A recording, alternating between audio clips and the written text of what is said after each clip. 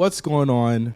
And welcome back to the A list from the A show, our year-end list. We're doing it a little bit different, as you guys have already seen in the previous episodes. We are counting down to number one, and we finally made it, Meelz. We're at the final five of what we voted on for the A list. Count them down. 5 more. Shout out to Booker T. Yeah, man. Listen, this is something new that we're doing. Shout out to guys for taking this ride with us, as LeBron would say. Here's 2 more. Nigga always taking niggas on rides. Nigga always lying. How about that? But with that said, I'm happy that we're doing this. I'm happy that we're talking about this and we get this out. This is like a full week year-end celebration. Make sure you guys subscribe to the YouTube. Make sure you guys follow us on Twitter. Make sure you guys follow the podcast and everything of the sort. Before we get into the top 5, something I want to do. I want to talk about kind of like the honorable mentions, those that didn't make the list this year, other events that happened. Is that okay with you? Yeah, let's go. Okay. And this was a highly contentious, and I said this before. I can't believe that we actually had very minimal arguments about this. I think we're yeah, I can agree. I think the only thing we had to argue about is like, okay, we can't not have AEW on the list. well, yeah, and I agree with that. And I felt as though I didn't want to be prisoners of the moment. Right, of course. But it there's a lot of stuff that's happened since August that we could rightfully say could be in the top 10, but we had to be realistic here. There was a couple, and I'm pretty sure some of them were going to be honorable mentions when you bring them out, but there were a couple that were just like, okay, we got to chill on that. Well, all right. So here's what we got here. Here's a couple honorable mentions. I ordered these by pretty much what was the most popular from all of us and stuff like that, and that's how kind of the list is. And then it's been, of course, ordered in terms of like, okay, let's do some quality assurance. Let's make sure that we get this thing right, kind of deal. So that's how this entire list came to be. Also, it's just 20 moments, to be honest with you. Doesn't have to be ranked. Yes, they're definitely top 2 is definitely top 2. I'm telling you that right now. He's top 2 or top 2. Might be for the rest of the decade, to be honest with you. But well, one of our honorable moments for this, I can say, definitely came at the first event of the year for WWE. It was, and this is now, it's somber kind of looking back at it now, but we had Meelz at WWE's day one. Damn it. I know. The last, and legendary because it was the last kind of time we saw them together, period, for the whole year. I mean, for much less like just this moment, but having them at day one. They were promoted heavily. I think this time last year, straightening was the theme. It was definitely the blackest build up to a pay-per-view that we've seen in quite some time. Listen, had Atlanta, Trae Young announced the pay-per-view. Straightening was the, listen, we never getting straight. Straightening being a pay-per-view theme is A1 for day one. Let me just say that for sure. So and I wonder if we'll ever have like a tie-in like that ever again, because Meelz were just perfect for that tie-in. Yeah, absolutely. And due to unfortunate events this year, unfortunately Takeoff passed away. It's really like it's a shame. Like, this is legitimately like one of the last like Meelz moments that you'll ever kind of see, happen at WWE. And then, you talk about Quavo at his funeral, and they talk about how they wanted to be WWE Tag Team Champions as kids, and that like, it was crazy just overall. So, yeah, honorable mention, but still needed to be mentioned. Another honorable mention, Sami Zayn versus Johnny Knoxville at WrestleMania. Now, you were there, so let me know how this was. Some of the biggest reactions in the building. I think we didn't expect how crazy this match was going to get. There were people laughing, cheering, and I mean, to be honest with you, night 2 was a little bit more subdued than night 1 was, and I think that was on purpose. That was by design, because everything was kind of riding on that final match. So everything was kind of like, how's your body feeling on night 2, by the way? Oh, we were run ragged. We were raggedy. I think even before night 2, you gotta think like everything that we were doing before that. We had gone out, we went to the strip club, we were doing bachelor party things, and then WrestleMania was like time to really lock in. You gotta remember, we're at the arena from like 3 to 11. You know what I mean? Like it's a long show. Yeah. And by the time we do it, we got to do it again. I think the Sunday before we went, none of us did anything that Sunday. We went to eat and we went back and we were like, all right, I'll see y'all in the lobby. Like we were like, yo, we're tired of shit. But it was, but again, like it woke the crowd up. I think again, some of the most legendary kind of moments, again, the Wee Man slamming Sami Zayn, the big hand, all that stuff. And I was like, oh, once you realize that it's all props from the actual new movie that they put out, I was like, yo, this is actually really good and sensical tie-ins and synergy between our IP, because again, this is what I said about like when I don't want to make it like a war type thing again, but it's like this is what I say when AEW brings in people and it doesn't really mean much, right? Like you have to have a meaningful tie-in to make this like actually a successful thing, because they will have people saying, oh, I remember that moment, or oh, I remember he does this or he does that. Like Belair bottles is not enough, you know what I mean? You got to actually have a tie-in, you know what I mean? Right. No, absolutely. Another honorable mention that we have here, a very, I mean, you talk about trios matches in AEW. There is one big trios match on the main roster of WWE this year. It was the Bloodline versus Randy Orton, Matt Riddle, and Drew McIntyre at WrestleMania Backlash. Boy,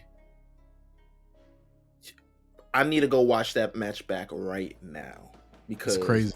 It's one of the craziest matches. It's one of the best. It reminds you, and we haven't seen him for the latter half of this year, and it's kind of weird now because it's very auspicious on this list. He's not really featured on this list, but the fact Randy Orton and Matt Riddle had a chokehold at the beginning of the year, and if it wasn't for an injury, I believe at SummerSlam we probably would have got like the true heights of what rated RKO can be at the SummerSlam main event, because I feel like Randy Orton versus Roman Reigns was on the horizon, and due to that back injury that Randy got, we never really got to see it. But man, they were cooking this year. Like, what are your thoughts on rated RKO this year? Rated RK Bro was rated RK Bro. Sorry, Edge. Rated RK Bro was something that seemed like in 2021, at the end of 2021, it was like, okay, they're gonna force this thing on us. You know what I mean? But then I really want to give a shout out to Alpha Academy, because that legitimized their run. The spelling bee thing, or the academic bowl thing. A lot of the matches that they had, Randy finally kind of coming out of his shell. That promo he said, where I'm actually having fun. This is my friend. Like, that was a big moment, and it was like you want to see the asshole kind of hat. And the thing is, Meelz, Randy never stopped being an asshole. He was still completely an asshole the whole way through.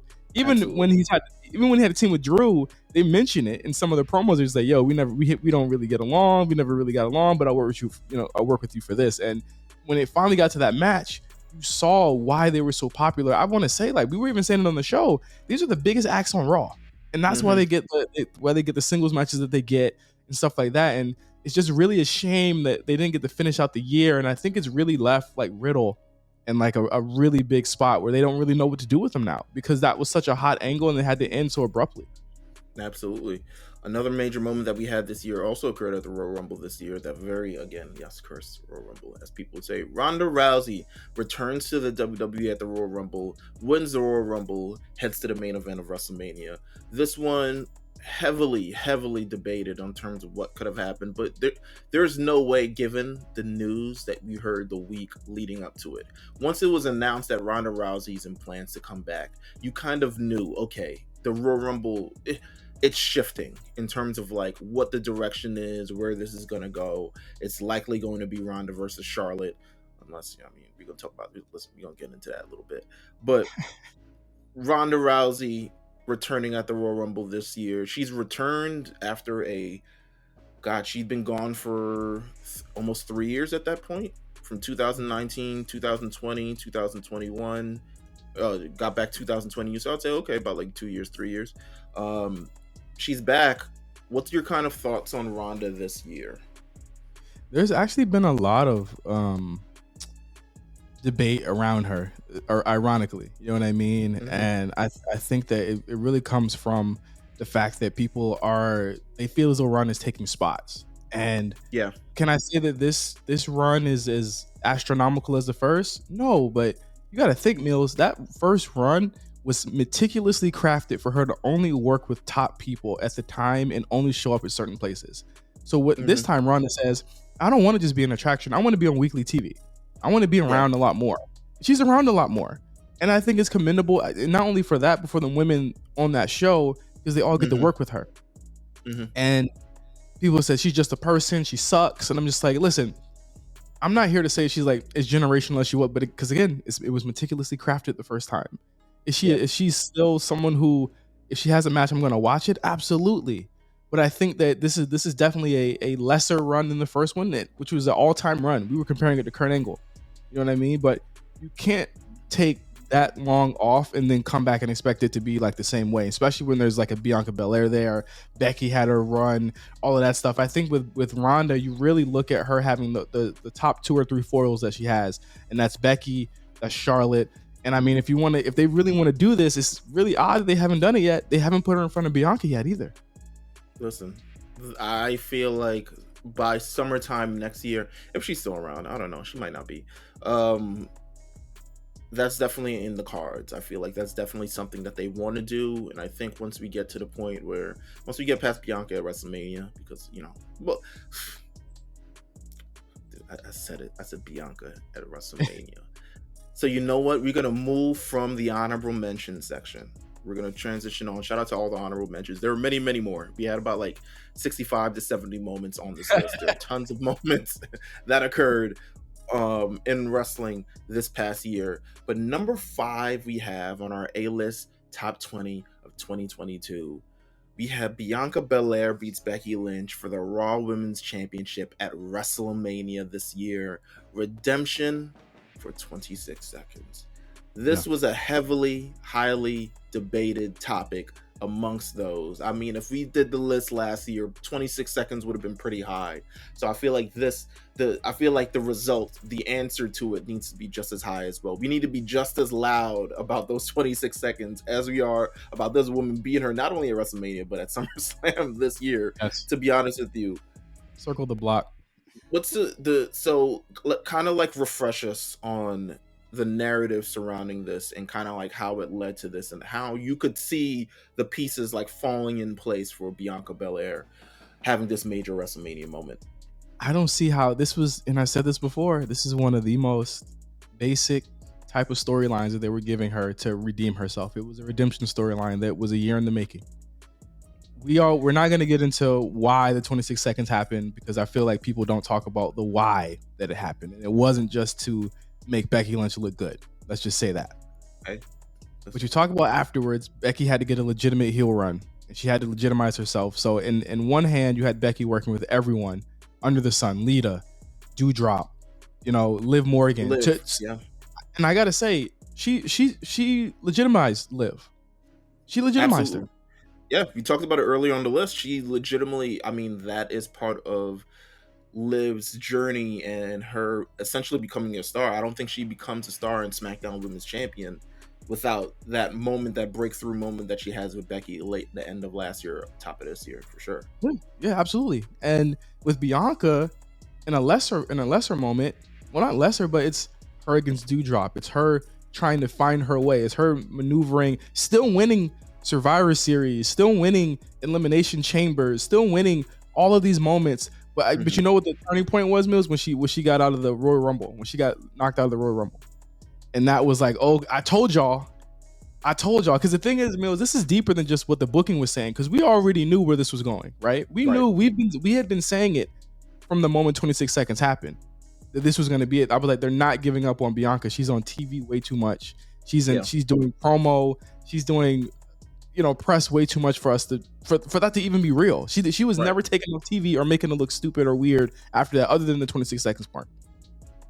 It's gonna be, remember we had this moment. They said that it was not gonna be Bianca. It's gonna be who was gonna be facing Becky? It's gonna be Ronda. Ronda or Lita. I heard Lita. We heard Lita too. Yeah, we heard Lita or Ronda, right? And so who's Charlotte gonna face? And it was crickets. Nobody knew. Charlotte might as well not have been on the card. I said, well, why would Ronda go choose Becky right now and not Charlotte? Well, no, it didn't make any sense. It didn't make any sense at all, to be honest. No, I think the momentum, especially, and these are kind of like hallmarks of at least WWE style of booking. When you see the momentum moving in a certain direction, you can kind of tell that something big is going to occur. And despite Bianca Belair losing the title in 26 seconds and losing subsequent rematches, she never really like lost it like outright. You know, You got cheated. It was never yeah, clean.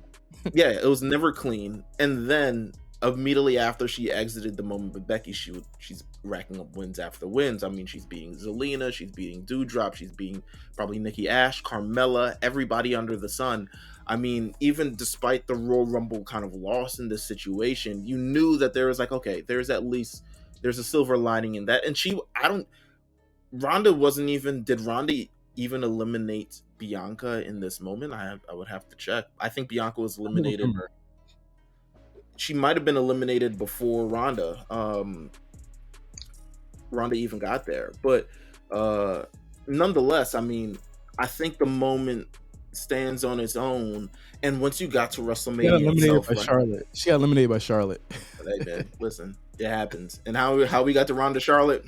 Shit, I don't know. And that's the thing. That's how it happened. I mean, to me, the moment, and you were at WrestleMania, the moment of the marching band coming alive for Bianca Belair's entrance, the moment of her coming down on our feet. We were on our feet. There was two Hicks right in front of us on their feet, showing love, showing fucking love. I'm gonna say it right now. That match is one of the greatest matches I've ever seen live, and it's one of the best women's matches of all time. Like, you want to give the flowers. Of course, you got Sasha and Bayley. Of course, you got the Charlotte Becky feuds that have happened. Mm-hmm. This is right up there. This is at least top 3 or top 2 to me. One of the greatest matches I've ever seen in my life. It's one of the best. And it had Bianca Belair firmly fighting. You know, it pitted.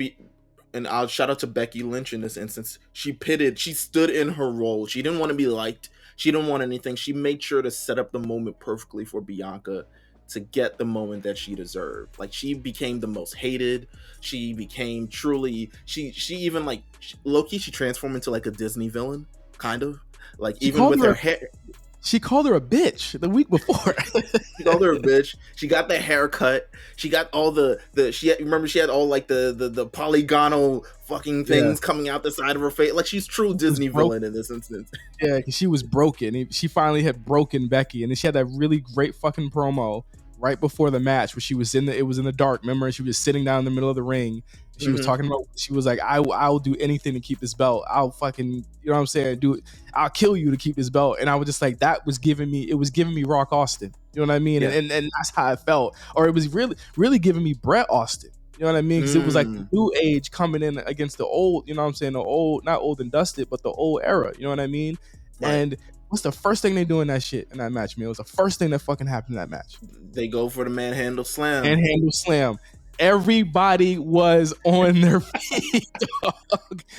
The crowd like you heard it throughout the holes. This is a big stadium, bro. You heard it. And then the moment fucking happens. Even Josh Peace, high as hell. He gave it a standing ovation. He gave it a standing ovation and said, Bianca Belair, she's a star. She's a fucking star. She's a star. Bigger than that is that the let it play out movement, I felt, was bigger than the actual booking of it, because it became to a situation where it felt like people were trying to say Bianca was just gonna fail, and it was like, you can't be a fan of her because she's gonna fail, right? And now you see it flipped around about a year later, where it's like, okay, she's too good, and kind of using, and not to say necessarily ignoring it, but using stuff from a past WWE era. I mean, Booker T, WrestleMania, a lot of stuff, bringing up old, you know, Vince McMahon says the N-word and stuff like that, and all that stuff it definitely happened. But I think it's up to us to acknowledge at least the strides that they have had over the last number of years. I mean, as many world champions, Big E, Bobby Lashley, and Street Profits, Bianca Belair, everyone having their moment right now. It would kind of be crazy not to acknowledge everything that's going on. And I think Bianca Belair, we talk about it on our show every week. She's the John Cena of this era. Like, you can't bet You cannot bet against Bianca Belair, and I think this match essentially was another. As much as the Bianca versus Sasha moment last year, crowning achievement, this felt like a crowning moment as well. And it's like, Yeah. okay, she is the one that we are definitely putting everything behind. We're behind it. They're behind her, and they want to see her succeed, and they put her in that position. And I feel like in 2022, like even bigger than WrestleMania, like she has been the victim of so many extenuating circumstances that have kind of worked against her, especially her title reign. But they never gave up on her. There was so many ways, and I mean, we've even predicted, okay, she could lose here, and we'd be okay with it. But they didn't do it because they're staying the course with her. So they're letting it play out the same way we let it play out earlier this year. Well, listen, you can't talk about extenuating circumstances without hitting our next topic on this. At number 4 of the top 20 moments of 2022 in wrestling, it set Twitter ablaze, it set everything ablaze, and quite honestly, nothing has calmed down since. It's Sasha Banks and Naomi are walk out of WWE. This was it definitely was before Hell in a Cell this year, because I remember all the build up for it, but I can't grab the date right now. But before Hell in a Cell, it was the Monday after I got married. It was the 16th or 15th, 5th or 16th. Okay, well, listen, a present for you, or maybe a gift, or maybe not. But nonetheless, Sasha Banks and Naomi, we got a report that they had walked out backstage due to some creative differences in terms of how they were going to be booked. It has not been confirmed how they're going to be booked, but speculation says that Naomi was originally supposed to go up against Bianca Belair. Sasha Banks may or may not have gone against Ronda Rousey at this Hell in a Cell pay-per-view. And while both of them would have lost, I mean, they would have both been in kind of like this major moments. That is just a speculation. We have not been confirmed as of yet. However, we do know that they've walked out of the WWE. They put their tag team championships on the desk and say, listen, we're done for now. They walked out. Michael Cole goes on the mic, says some things. He was like, listen, due to Sasha Banks and Naomi unprofessionally walking out on the roster, you know, we have gone and we have to go, blah, blah, blah, blah, blah, blah. And it kind of changed plans and stuff like that. It's been over 6 months. They have not returned as of yet. Do you expect them to return back in 2023? And then after that, I want to ask you, how do you feel about this still 6 months later? I think that they'll be back, or at least one of them for sure. I think Sasha has a bigger chance of coming back than Naomi does, regardless of what people think she's out here doing out of wrestling. I just think that her portfolio actually raises more when she is in a company that can raise your portfolio there. Right. It's just clear. You know what I'm saying? Just because of what they do. I mean, she's on the show on USA. I mean, she's got the blue and green hair, so this obviously happened before all of that stuff happened. But right. You know, she's on the show, the Bar Armageddon show. She's on that shit. You know what I mean? So it's like there's clearly still things that have been coming out that she's done that is still coming out now from that company. Mm-hmm. How do I feel about it? In the moment, obviously I was in Mexico, so I was like, okay, well, this is weird. Of course, it had to happen in Norfolk, Virginia. But I think as time has gone on, it's become more like, okay, if it was really like a thing, if it was really like this big of a deal, let's think of what it's done since to the actual, because remember the first argument that I had was, think about what it did to her coworkers. So you think about what happened to the women's division when they left. Rhea Ripley obviously got hurt, but they were gonna have to give that match away because they didn't show up. So that was gonna be something that was, again, ill-advised, something that they should have sat on, but they couldn't because they left. So everything, and it's trickled down to SmackDown too, Meelz, with just the fact that these two couldn't work both shows. They were essentially going to be workhorses. And what I can understand is that they can say, okay, as tag champions, we don't want to lose with these titles. We get it. I understand that. However, in what situation is that helpful to, and this is a different type of, like, this isn't like me quitting my job right now. You know what I mean? They'll find somebody. This is like wrestling, where it's like, okay, they have a lot of stuff planned. We're just gonna just toss it out the window.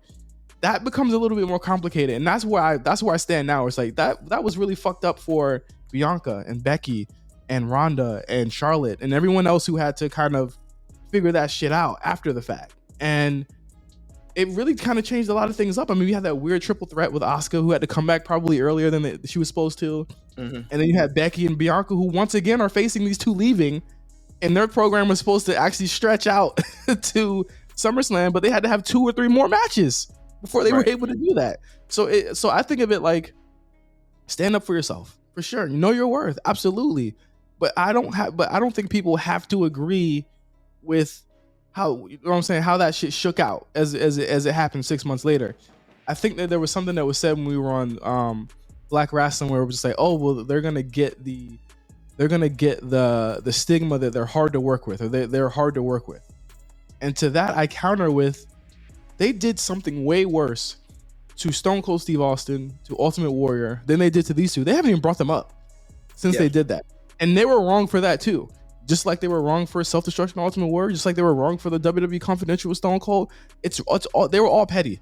No one looks good in the situation. I'm sure that now that Triple H is back, they're gonna try and like straighten that out and make it look good.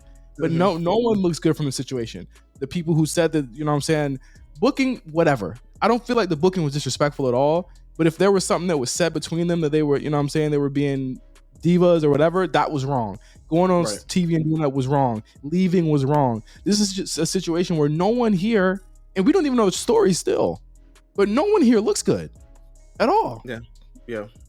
I think in terms of the wake of the story, I think it's created a lot of narrative within fans of like, okay, what is the worth of Sasha Banks? And now it's kind of, it's weird because now it's the situation where it's kind of flipped on WWE, essentially of like, well, Sasha's not coming back because she needs to, you know, it's money, or Sasha's not coming back because they need her more than, you know, she needs them and she can just go do her thing. And I'm like, it usually doesn't work that way. Like, you know, God rest her soul, but the great Chyna, she also felt she was in a position where she was like, I deserve to get paid as much as Stone Cold Steve Austin.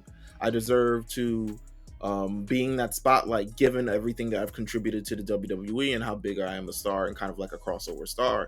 She left WWE. It wasn't as green as it was when she was in WWE, quite honestly. And she had a little spark immediately afterwards, but it kind of faded out after, like not too soon.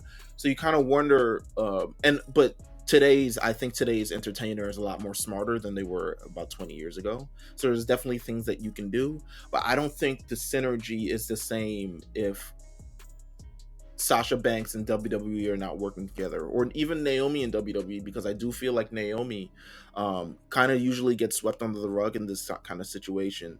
I'm interested to hear how she felt about the situation, because I think there's been a lot of times in WWE where Naomi deserves better has been trending. She's been in situations like people always cite the Royal Rumble of 2020 when she came out, kind of a viral moment, and nothing was kind of followed up afterwards. Has never been put in a situation, but it's this awkward position where you were actually put in a major pay-per-view position, allegedly, and it could have, and honestly, it could have led to more. It could have elevated the situation itself, could have elevated, you know, the tag team titles in terms of like, these are actual contenders, so whoever beats them or whoever gets in the ring with them are also getting a rub. It's an interesting situation. I think now, 6 months later, in my opinion, it feels kind of silly, and not necessarily silly because I understand wrestlers. I'm not a wrestler, but I know from wrestlers, or the wrestlers that I talk to, that they do value these sort of things and the positions that they're in. And while these championships and these win-loss records are fake, it means a lot to them because these are their dreams, these are things they want to pursue, and this is the time and amount of effort they put in their craft. However, in terms of the bigger picture, I feel like ultimately, I don't see what's come from this that has truly changed anything. Other than them basically kind of like Triple H coming back and then basically wiping the slate clean. I mean, you just had like Tegan Nox come back. You know what I mean? So it's like there's mad more dance partners. It's crowded now, man. Like there's a lot of women. There's a lot of women now. There's Sarah Logan. I mean, not Sarah. Sarah Logan's back. Emma's back. Tegan Nox is back. Dakota Kai, Io Sky are now on the main roster. There's a lot of women now. There's a Yeah. lot of spots being filled, and I think one of the most scariest things to wrestlers are when they're out losing their spot. And the train is going to keep going, and WWE is going to keep going. I hope that by WrestleMania we get them back, but at this point, I thought we were going to get them back by Labor Day. I thought we were going to get them back by Survivor Series. I thought so, but I do think in 2023 that they will return to a WWE ring. For how long, I don't know, but I do think that they will return in some sort of capacity. Number three, our third moment on this list. It's a big one. Oh my God, Cody Rhodes. I think this is the final positive thing on this list. I mean, shout out to the positive. You made it this far. You know what I'm saying? Yeah, Bianca Belair, Cody Rhodes.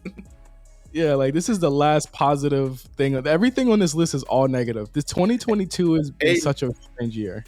Hey man, if the year ended in May, this would have been number one. Yes. You know what I'm saying? If the year ended in May, this would have been number one. But here we are. This was the domino effect, because if you think about it, Bianca and this number 3 moment, obviously Cody returning to the WWE, these were kind of domino moments where it's like this led to like really good shit. After WrestleMania, the wrestling world fucking collapsed into an apocalypse. It was never as good as it was in April. Yeah, it was for sure. Like April just seems like it was a different year. You know what I mean? And then you had the Cody Rhodes thing. So top of the year, Meelz. Fightful comes out with a report. Cody Rhodes been working at AEW without a contract, and he is their TNT champion. He is an executive, by the way. That's beyond TNT champion. He's an executive for the company. So go on. So he's working without a contract. He has a match with Sammy Guevara, I believe, a ladder match for the TNT title. He cuts this very weird promo that I feel as though if you dissect it today with where AEW is today, and we'll get to that on this list, trust me, he was kind of prophetic, wouldn't you say? It was a bit prophetic. No, it absolutely was. I'm trying to find the transcript of it right now so I can kind of like read it, but he seemed fed up. He seemed out of it at that point. He seemed like what he originally believed AEW was. He was being kind of like pushed away from that. And to be honest with you, it rolls with the other thing that we have on this list, to be honest with you. But I feel like what he expected things to be, it ended up not being, and it ended up being so far away from what he wanted to be. So February 15th, press release comes out. Cody Rhodes and Brandy Rhodes have left AEW. They leave a really long letter. Tony Khan comes out and says things. And from there, it's like 90 days of complete silence. We don't see anything. We don't hear anything. Not from us, we called it. I get a phone call. And I hear it's a done deal. Cody's going to WWE. He's facing Seth Rollins to WrestleMania, baby. And Deep Throat, the secret CIA operative, hangs up the phone. I said, "Who was that?" So I tweeted it out. I said, "Hey, it sounded like the Nightmare is about to face the Architect at WrestleMania." 4 weeks, Meelz. Where is he? What's gonna happen? What's Seth doing? Where is he? This isn't happening. Talks have broken down. Remember that one? And then we hear talks have broken down. Remember that? Talks fizzled out. It's talks have fizzled between Cody and WWE. Where we got that from? Who knows? Fightful doesn't know. Meltzer doesn't know. Nobody knows. And then Seth Rollins has a meeting with Vince McMahon. He says, "I got you somebody at WrestleMania. I can't tell you who it is. Just get out there in the ring." I'm in the building, Meelz. I'm in the building. I said, "Y'all niggas really that excited for Cody Rhodes? Y'all niggas is weird." I heard the boom boom. Wrestling has more than my royal family. I said, Started getting goosebumps. I was like, wait, what's going on? That riff hit. Everybody. Oh my God.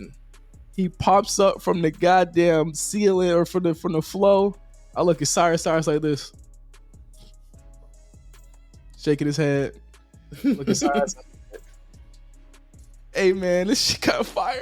I was like, this shit kind of hard. I'm not gonna lie to you. The moment that WWE will set up for you, they will make you feel like the most important person that's ever existed, and that's exactly what happened with Cody Rhodes at WrestleMania. Yeah, the man came from the ground up. They already had the logo set up. They already had the T-shirt set up. He came from the ghetto. He came from the bottom. He came from. I gotta respect it as a black man. I gotta respect someone who comes from the ghetto and makes it. You know what I'm saying? He hustled. And he came up from the project. It was like Cameron coming up from the shit in the Get 'Em Girls video. It's literally what it was like. Comes out. What was a better opponent to have than Seth Rollins? So as I'm watching this match, Meelz, I see the Variety article come out because WWE had synced it. Where they had a whole press blast when it happened, and I said, these motherfuckers is shitting. They shitting right now. They shitting on him right now. They shit it. The Ringer interview came out after the match was over. The synergy. Press releases, scrums. They don't even do scrums like that. Bigger than that. I had been to Access literally that day or the day before. There was no Cody Rhodes merch on the floor. Amen. After Access, after the show was over, because Access didn't shut down until like 1 o'clock or something. The whole Cody Rhodes section was in Access. It was gone.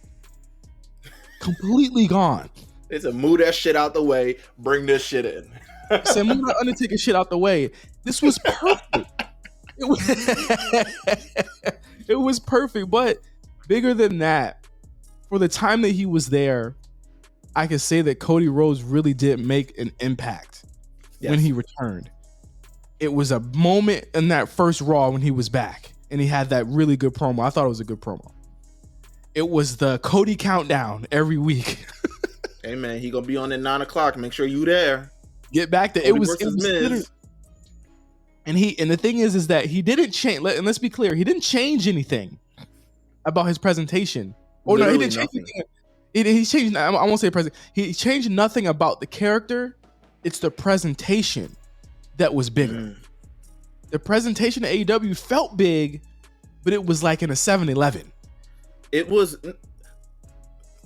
Cody's presence in AEW always felt in a vacuum of everything else going on.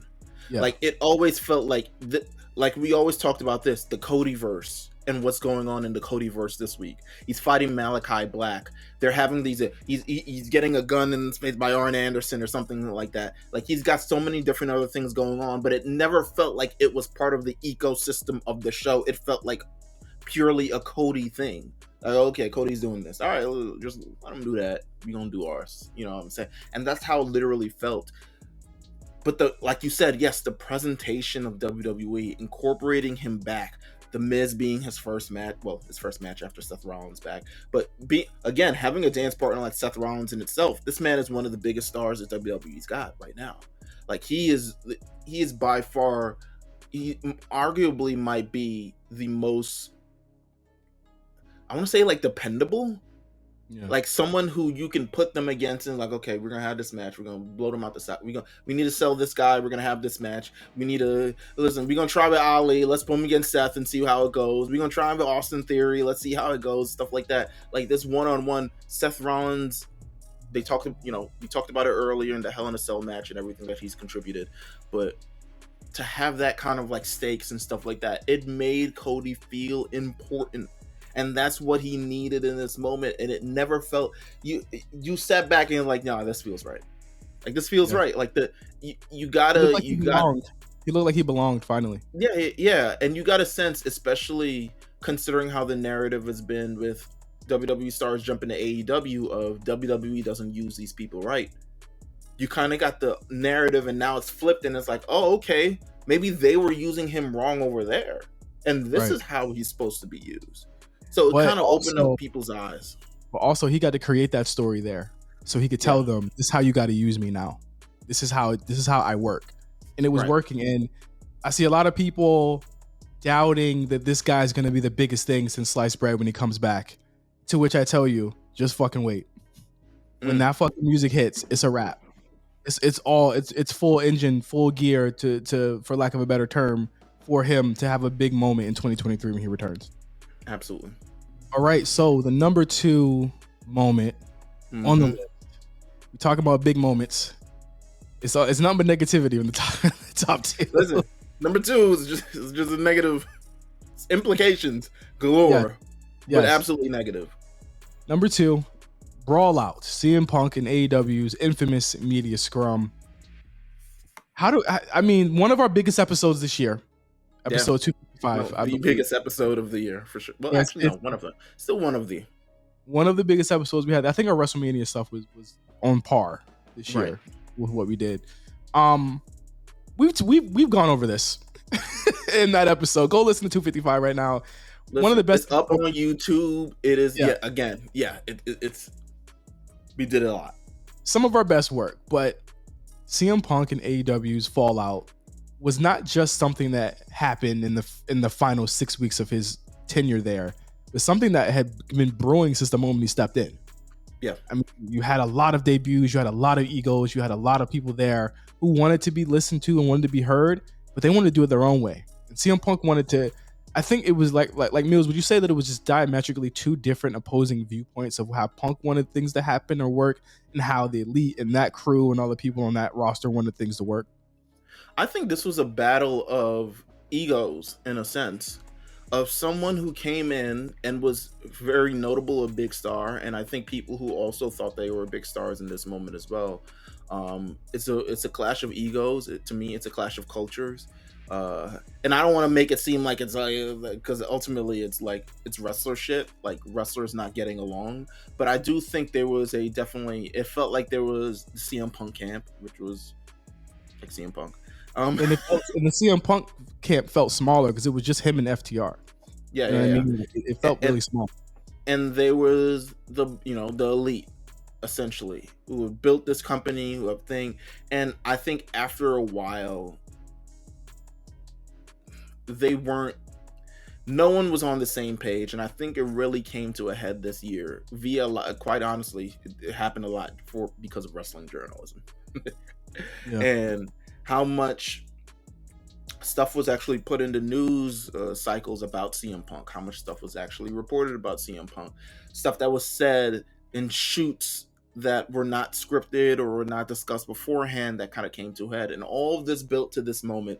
And I remember talking about it at the moment and seeing in the moment, I think even after the fact now, because you said you talked about this on the War Report a number of weeks ago, how you can see CM Punk's side of all of this, and not to dispel that what he did ain't no way you should be able to do that. Especially on a media platform in front of everybody, and your boss is just sitting there. But I also understand him putting gasoline on the bridge and lighting the fire at that point. Because if you look at how he was positioned here, Hangman Page completely blindsided him. And yes, his wrestling, but like he's on a higher stature. So if you're gonna say that in a promo, you need to tell somebody that you're gonna say that in a promo. But for him to, and this is underrated too. So I watched the promo back a couple weeks ago. For him to not have reacted then, right, showed a lot of like restraint, knowing who this motherfucker is. Like for him to have waited 2 months to actually respond to that showed a lot of restraint. To me, this is AEW's biggest fumble that it has ever had, because this is the star that they absolutely needed. Whether they don't believe he's a draw, and I think honestly it's their own wrestling egos that they're trying to convince themselves that he wasn't a major draw. But you can look at the numbers and you can see that there was. You can look at the numbers now without him there and see that he was. But I think with CM Punk, to me, it could have this is something that should have worked, given it's his fan base. It's his fan base. He created this fan base. He created not necessarily anti WWE, but like the people who were looking for that alternative, and that's what Yeah, and that's what, for the last number of years, there's been so many people who are like inspired by that CM Punk promo 2011 before Money in the Bank and stuff like that, and looking for that alternative, looking for something else, looking for people and wrestlers who are valued for their wrestling skills. Like, this is the audience that he's emboldened. This is the people. This is his people. And for some reason, they weren't able to make it work. And that to me doesn't make any sense. Like how you got here, how you couldn't have resolved this situation, how this situation was unresolvable, and how no one stepped in to the point where they got to blows, and then you had to just blow it up. Like, to me, that is crazy. In the middle of the year, on your highest grossing pay-per-view, it will probably, Meelz, be their last highest grossing pay-per-view. If you think about it, they don't have the star power that they had it All Out this year. It's MJF, and I don't know who else they got at this point. MJF and Kip Sabian. I told y'all niggas on the World Course, it's gonna be MJF and Kip Sabian in a couple years. That's literally what it is, bro. That's what they have. And you know, we've gone over the when it happened, how it happened, you know, what happened, like their reaction to it, the way that the EVPs came back and they made fun of it. They're making fun of it. People are saying right now, what if this is a work? I'm like, bro, Punk don't play that shit. I need to stop. I need AEW fans, no offense, to like stop asking if shit is a work. Because this is a reality they've created. Earlier in the list, we talked about the MJF thing. Yeah. And I said this is a slippery slope if you allow him to do this, because no one's going to question anything anymore. Right. Like no one's going to question. It's always going to be, oh, this was a shoot. You know what I'm saying? Like, it's a lot. And no, I don't think this is a work. No, I don't think Punk is going to return. I think they need to let the guy go. And whatever happens, this was a creation of your doing. If he leaves to go to WWE, if he leaves to go somewhere else, this was something of you guys' doing. It takes two to tango. Yes, Punk shouldn't have done the scrum, but Adam Page honestly should have been reprimanded when he did that shit. Honestly, it should have been up to the company to find a way how to resolve your major investment and say like, hey, how do we resolve this? How do we get on a better footing? And maybe they tried, and CM Punk was like, nah, fuck you guys. And I wouldn't have blamed them, because from everything that kind of happened, I don't blame him for acting how he acted. Should have been in public? No, but I don't blame him at all. Yeah. But I guess he felt like, oh, this ain't gonna work. And just so many, he was injured again. Father Time's catching up to him. It was a recipe for disaster, and that's what we got, and that's why it's our number 2 moment on the A-list this year. Listen, take us home with number 1, my man. Take us home. Number 1 was something that, if you look at all the things in the top 10 of this list, Meelz, any one of these things could have been number 1, right? Any of these things could have been number 1. It could have been it could have been Bray Wyatt returning. It could have been Sasha Banks and Naomi walking out. It could have been Cody. Stone Cold Steve Austin returned. I don't know if you know this. Stone Cold Steve Austin hasn't wrestled. And I wasn't even in the top 10 or top 5 of things that happened this year. That's why I say April was a different world this year than anything post-April. But the number 1 thing that happened this year that won on the A-list, and I don't even think it was I think maybe the scrum and this were probably neck and neck, but this always won out, I think, in the end. Vince McMahon. The trickle down effect of this is just too crazy to ignore. Vince McMahon retires from the WWE. Now let's just set the stage here. This also happened on my honeymoon. Stephanie McMahon steps down from the WWE and says, "I'm gonna focus on my family." So everyone's gone but Vince. Yeah. In May, everyone's gone but Vince. And now, 2 weeks later, there were allegations about Vince and John Laurinaitis using company funds to cover up extramarital affairs within the office. They think that he used WWE money to do it. It was a whisper, and then it became a whole conversation. Right. Wrestling was in the forefront. A month after their most successful WrestleMania in that area, most watched WrestleMania ever, this is what they run into, and it becomes a question of like, okay, so what are we gonna do? But he's still a creative. He pops up as these allegations are getting worse, and we know the people, or we know the people's positions. We know what he did. The Wall Street Journal article blew all of that shit up. He steps down and he shows up on SmackDown that Friday to be like, welcome, I'm here. What do you feel about that when that happened? That was so wild to me.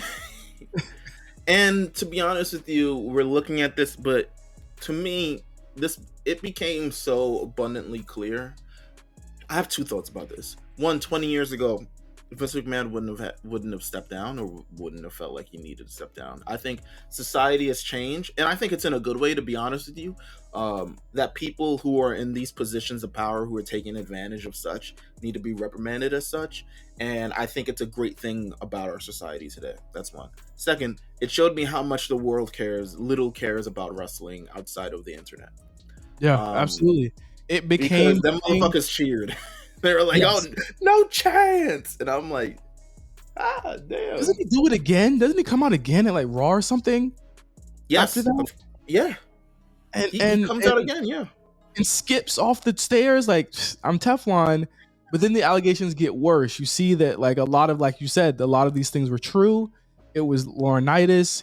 We learned that I guess he and Linda have been estranged for some years. And we learned a lot of things about Vince McMahon that we didn't know. And it became... You ain't gotta tell me. I think the world knew, but go ahead. Exactly, where he had an affair with this person, raised her from basically like a lowly kind of position all the way up to an executive position, and basically used nepotism to get her there because of her relationship with him. The investors were not happy, to say the least. And on a random Friday, and just to show you how crazy this is, this happened, and the scrum happened after. And people kind of stopped talking about this. Like they really just stopped kind of talking about this. But this is still a big moment. Vince McMahon retired on Twitter. He said, you know what? After however many years, I'm hanging it up. He's like, he was out. He was done. He was gone. Brock Lesnar was like, what? Left the building, came back later that night.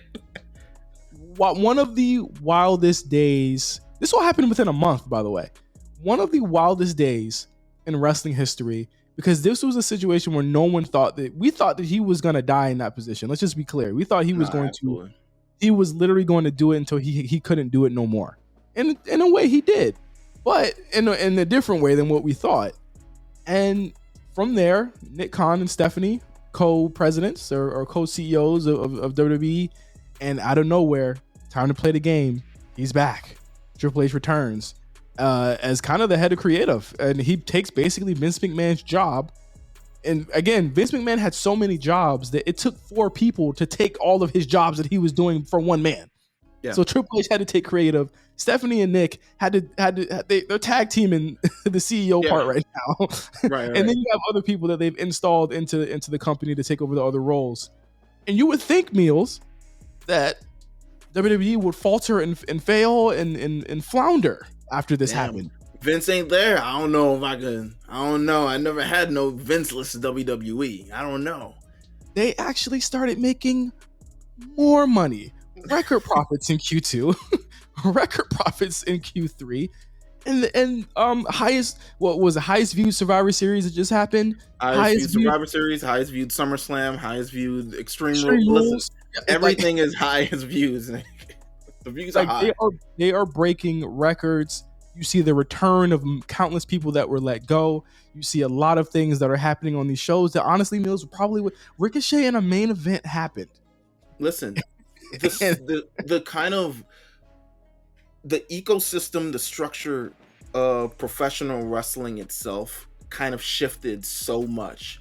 And I think even when it comes to the AEW side, I think AEW's always ace in the hole has been like, well, at least we're not Vince. At least we're not a 75-year-old man running the company. And then you have Triple H, who's friends with everybody, who hired everybody a decade ago. Now he's in charge, and now I think the rest of the company is kind of, the rest of the wrestling world is like, well, you know, they might got some over there. Yeah, it's a big let's see what happens. Yeah. And we saw what Triple H did with Gargano and Ciampa and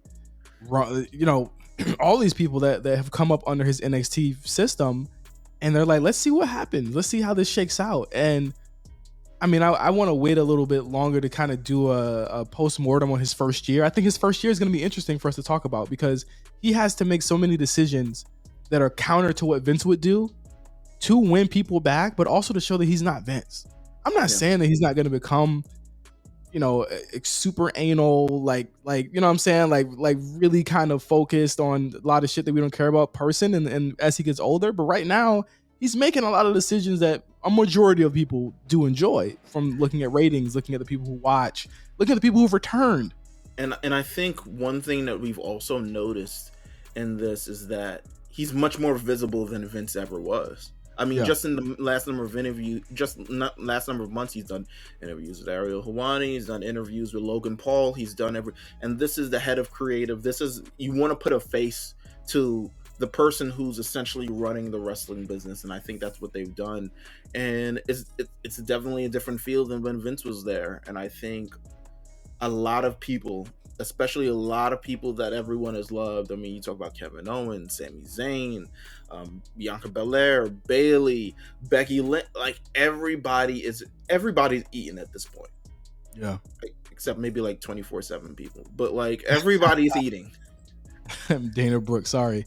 No, and again, I mean, just the repercussions of this is not something that we could properly talk about right now because it hasn't been a year. It's only been a couple of, you know what I'm saying, a couple of months. And Vince has stayed off the group. Like, we saw Vince once. His birthday party. Yeah. And that was it. But he stayed off the grid and stayed away from WWE. He hasn't been backstage, there's been no conversation. Man not allowed in the Hall of Fame. He not anywhere near WWE. Do you think the Hall of Fame will happen down the line, like maybe like post-mortem at this point? Like it can't happen. It can't or not post-mortem, posthumously. Like I don't think it could happen while he's still alive. I really don't. Nah, I don't think so. It would, yeah. I don't think it could happen when he's alive, for sure. Because it's just, he'd have to show up and be there with those people. But it's like Hall of Fame again. It's so down the line. That would have to be the final Hall of Fame for him to be kind of put in it, to me. But here's the thing. They've also proved that the majority, if this was going to be such a big deal, the news cycle would have been on this. Like, people genuinely don't care. If Vince McMahon shows up at the Hall of Fame, there might be headlines like Vince McMahon is actually showing up at the Hall of Fame, and it might be the most viewed Hall of Fame of all time. Yeah. Like he is. It's a complicated legacy, and I think that's what a lot of this list this year is as well. It's like there's a lot of things where Sasha and Naomi is very complicated. It's a complicated thing to talk about. I think this has been the scrum, complicated thing to talk about. This has been the year where there is no black and white. There is no black and white at all. I think with Vince, it's a more clear black and white. But in terms of his legacy, it becomes a lot more. It becomes a lot harder to talk about. And this is a complicated legacy that he himself has created. The reason that he had to leave is because of him, essentially. And the way we talk about him now will always be that he's one of the greatest minds of all time. There's no way. There's no shaking it. There's no way around. There's never going to be another Vince. Yeah. You got to think, Triple H, what he's doing right now, he's building off what Vince created. I don't know who will ever see another blueprint made. We've seen it with AEW. We've tried to see it with WCW. A lot of different places have tried to do this blueprint. Not many have been as successful as this. I think WWE is going to be around forever. Do I think that the legacy of Vince McMahon like hinges on this moment? I don't think it will to a lot of people.